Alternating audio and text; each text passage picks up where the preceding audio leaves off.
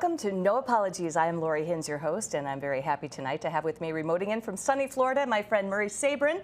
We are going to talk economics today. We're going to talk the economy mostly, and we are going to talk about an inversion. Murray, thank you so much for being on the program. Well, thank you, Lori, for inviting me again. So it was a pleasure to be with you. I have wanted to have you on since I read that an inversion took place, and I thought, hey, Murray and I had talked about that, and now the yield curve has inverted, correct? Well, it inverted, but then it didn't invert. Correct? This is the strange thing about what happened. It's very rare that the yield curve would invert, and then it would go back to a normal yield curve, which is an upward sloping yield curve. So I sent you some charts about that, and it's kind of fascinating as to what's been happening.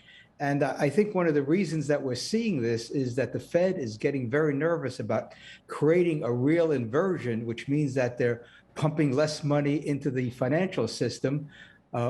When they did that over the past 100 years, when the yield curve inverts, that's when we get a countdown to the recession.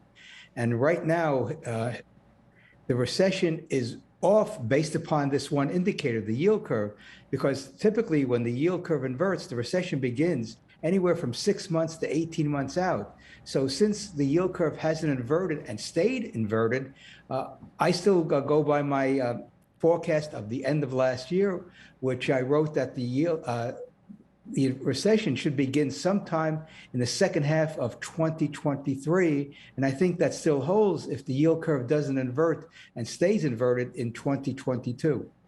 Now let's go back, because in the beginning I forgot to introduce you as I should. You are the founder of the Sabrin Center for Free Enterprise, and you have written several books, but the one that we are probably referring to when you talked about when you wrote is your latest book, The Boom Bust Cycle, correct? Yeah, Navigating the Boom Bust Cycle, which gives any reader, especially entrepreneurs who are trying to figure out what strategies they should employ as the business cycle unfolds. And the book has just a chock full of information, plus all the charts that give them insight as to where the economy is at any particular point in time and where their business sector is, because that's the key for entrepreneurs to determine what strategies they should employ. But essentially, everyone who runs a business, whether it's a small business on Main Street in North Dakota, or here down in Florida, or anywhere in the country, or the CEO of a major publicly held company, they need to have some idea of where the cycle is. But more importantly, they need to know their markets inside out. They need to know how their sector performs during the cycle, and what they should be thinking about when the recession unfolds, and what they should do to keep their revenue up, or at least not lose as much revenue as their competitors, so they can come past the cycle and be in a much stronger financial position. I love that you give advice. That is super helpful for people, particularly entrepreneurs, as you say, of small businesses who could really use that planning ahead of time to make sure that they can prepare for what's coming. And I like the fact also that you can, say such and such how many months it is out too. But I am super confused by what happened with the yield curve inverting and then reverting. That makes no sense. Has it ever done that before? Well, usually when the yield curve inverts, it stays inverted for about 6 months or so, because the Fed really wants to squeeze inflation out of the economy. And we know where inflation is right now. It's more than 8% year over year. It's and more that than is that. a very high it's rate, more the than highest that. rate since the early 1980s, which is what, four decades ago, which means 2 generations of Americans have grown up and have never seen such inflation in their lifetime. So the Fed has a challenge. And the reason they have a challenge, Lori, is because the Fed does what it thinks it's right for the economy, namely pumping money in order to, quote, stimulate the economy. But I can tell you, having studied the economy for nearly a half a century, the economy doesn't need stimulation by the Federal Reserve. What the economy needs is freedom, free enterprise. Amen. And when you have a free enterprise economy without the intervention of the central bank, namely our Federal Reserve, interest rates will find their own level and stay there for a long time, because what we have now is fluctuating interest rates because of the Federal Reserve pumping money in, driving down interest rates, pumping money out, which drives up interest rates. And that's what essentially gives us the business cycle. I read somewhere in something that you had written that people should focus on their supply chains. And we have had so many problems with supply chain issues right now. It's very difficult. I've talked to many business owners who have difficulty finding certain goods and providing the services that they did before because of it. What is your suggestion with regard to supply chain issues? What we have is the perfect storm. You have the business cycle unfolding, and then you have the aftermath of the lockdowns, which disrupted normal trade flows around the world. I mean, the trade flows around the world are staggering. And when you disrupt that, you cause shortages, unnecessary shortages in everything from semiconductors, which are needed for computers and automobiles. I just read that Ford just stopped taking orders for their new electric Mustang because they can't get the parts because of the supply chain issue. So government disrupts the supply chain with all these policies which interfere with the normal flow of trade around the world. And so for businesses, what they need to do is to establish very strong relationships with their suppliers, because if you have a very strong relationship, usually it's going to take a long time to develop that. You may be first in line or second in line to get the product that they're producing that's in, quote, short supply because of all the disruptions that have taken place in production around the world. And this is what entrepreneurs should be doing, is making sure that they have at least one, possibly two or three suppliers that they can count on for their inputs in order to make their goods available to the consumer, which is their goal of every business, is to make sure they have product or services to provide consumers with.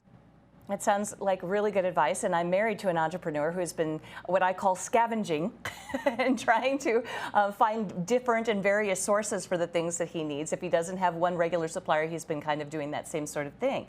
And I think that that's a wise tactic. Let's take a look at some of your charts. You sent along a couple of, three charts actually here for us. And let's talk about this first one. So this first one is titled Federal Funds Effective Rate. This is from Fred. This is the Federal Reserve Economic Database that the St. Louis Fed puts out. This is probably one of the most important charts that any economist or financial analyst can look at to look at the big picture of the economy. And what we see in the left side of the chart is the Fed funds rate was increasing for decades, then reached its peak in the late 70s, early 80s, when we had the 12% inflation that Volcker crushed by getting interest rates so high that the inflation rate just collapsed. And we see that when the Fed funds rate went all the way down. But the vertical gray lines are periods of recession. So what we notice is that the federal funds rate increases prior to the recession. Then as the recession becomes obvious, the Fed funds starts going down because the Fed pumps money in to keep interest rates down in order to, quote, stimulate the economy. We saw that in the 1990s with the dot-com bubble, and we see the Fed funds rate basically go sideways before the recession hits. Then on the Greenspan, the Fed funds collapsed in the early 2000s, and that helped propel the housing boom. Then the interest rates went up as the housing boom unfolded. And that's what crushed the housing boom, and we see the large recession that took place then. Then the Fed funds rate stayed close to zero for about 8 years, and that fueled what we now have as the everything bubble. And then it started going up, then it came down, it went sideways, and now it's starting to rise again. But the interesting thing about this chart, which very few analysts, I think, have realized, is that it takes less and less increases in the Fed funds rate, which is the short-term interest rate that the Federal Reserve controls through its buying and selling of government securities, that generates the recession. So we may see the short-term rates go up very little that would ignite the next recession. And that is stunning, because what it tells us is how fragile the US economy is to interest rate hikes, because it took it took very high interest rates in the 70s and 60s to get the recession going or unfolding, and now it takes less and less interest rate hikes to get the recession underway. So the Federal Reserve has really put itself in a box, because it means during the next upswing in the cycle, or I should say the downswing in the cycle, interest rates may be negative in the United States. In other words, we're going to have to pay the banks possibly to keep our money there when they should be paying us, because they're basically using our money to make loans. So what could happen in the rest of this decade is something we haven't seen in the United States, which is negative short-term interest rates for a long period of time. Welcome back. I am Lori Hinz, your host of No Apologies, and with me via remote is Murray Sabrin, the founder of the Sabrin Center for Free Enterprise and author of an amazing book. The book is called Navigating the Boom-Bust Cycle: An Entrepreneur's Survival Guide. So very prolific writer. Love the fact that you are good at predicting things, and we can look at charts, we can look at graphs, we can see a cycle and things that they have done in the past, and we can predict then because of that. Well, you can predict then what is expected to happen with the economy in the future. Murray. Absolutely. These charts go back many decades, and they're precursors to what unfolds in the economy, whether it's the boom or the bust, which, of course, is the creation of the Federal Reserve. There's no reason for a free market economy to have a boom and bust. We know that there are businesses that do well no matter where the economy is, but the free market doesn't create the booms and busts. That's what a lot of economists believe in. And interestingly enough, that idea comes from Karl Marx in the mid-19th century, where he said the flaw in capitalism is that it generates these booms and busts. Of course, he was absolutely wrong. And unfortunately, mainstream economists picked that up in the 20th century when we had the Great Depression.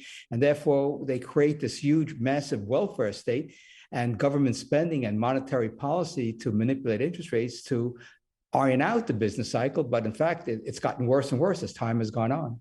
Well, let's take another look at a chart. This time is the 10-year Treasury constant maturity. And this says minus 2-year Treasury constant maturity. So it's 10-year minus 2-year.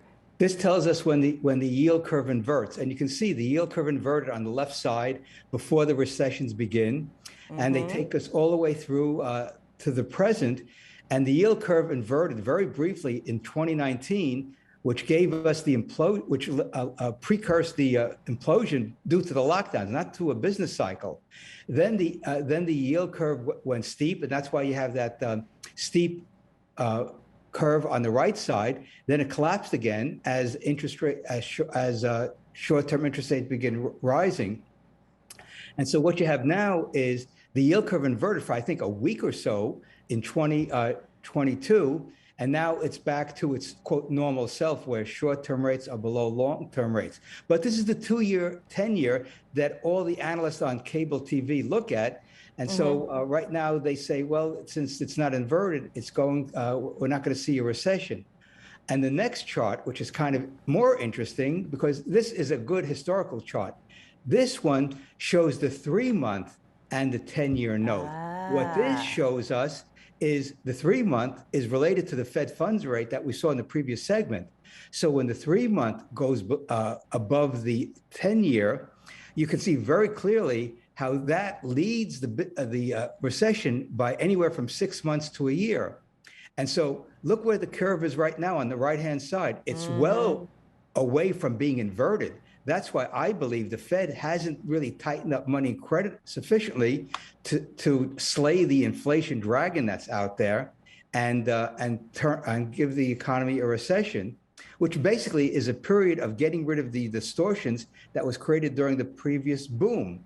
So this boom-bust cycle is great on the upside because people are making money, businesses, profits are going through the roof, wages are going up, but the bust occurs because the Federal Reserve generates the new money that goes into the economy that gives us the inflation. And now we're seeing the highest inflation in 40 years.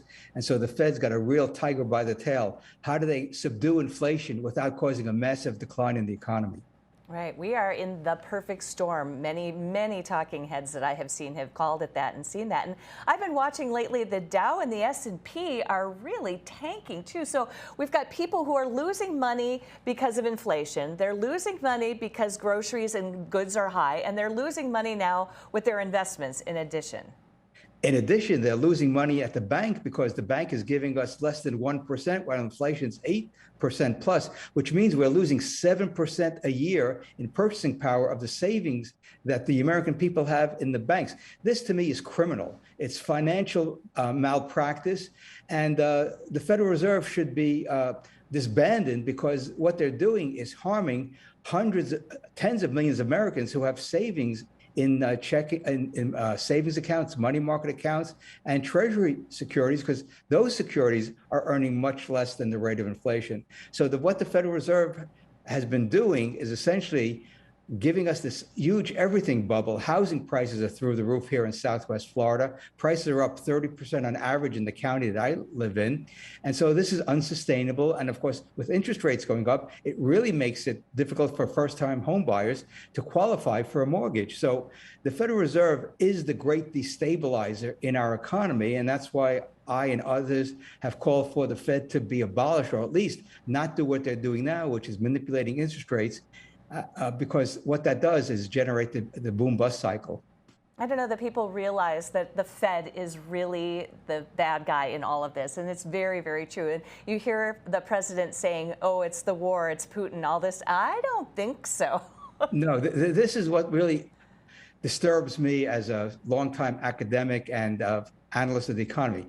It's the Federal Reserve that causes inflation. There could be inflation of a particular product because, let's say, there's a freeze in Florida and it hurts the orange crop. So orange prices will go up, but not all prices will go up because there's a freeze in Florida or there's a problem with the coffee supply. Inflation, price inflation that takes place throughout the economy is because there's so much money in the system. That money has to go somewhere, and entrepreneurs are being blamed for being greedy. You hear this all the time from the dopey members of Congress who think that entrepreneurs, especially CEOs of large corporations, somehow became greedy in 2022, where they weren't greedy in 2020 when the economy was recovering from the lockdowns. So the people in Congress are no help to the American people, because they have a misunderstanding of the economy, or they're deliberately misleading the American people. So what I try to do in my writing is to present ideas that explain how the economy works and why it's distorted by the Federal Reserve's policies, which give us the boom-bust cycle. Now, we have about 30 seconds left here, but in the last 30 seconds, you're going to be out and about and doing some talk show type stuff, I understand. Can you talk about that, or is it super secret? Yeah, I'm working with Michael Harrison, the publisher of Talkers Magazine, talkers.com, and he's putting together a promotional package for me to have me on talk radio, talk television, to really get my message out about libertarianism and free markets and limited government and a sane foreign policy, so we're not involved, as Trump called these endless wars. And that's what I think I'd like to do in the time that I have in terms of my retirement and the times I have left, to make America free again. That's my motto. Make America free again. Because sounds good to me. America was based upon a freedom philosophy, and we need to restore that desperately in 2022 and beyond. Well, thank you so much for being on the show, Murray. And your call for freedom is we're all about it here in North Dakota, and particularly at No Apologies. Thanks so much for being on the program.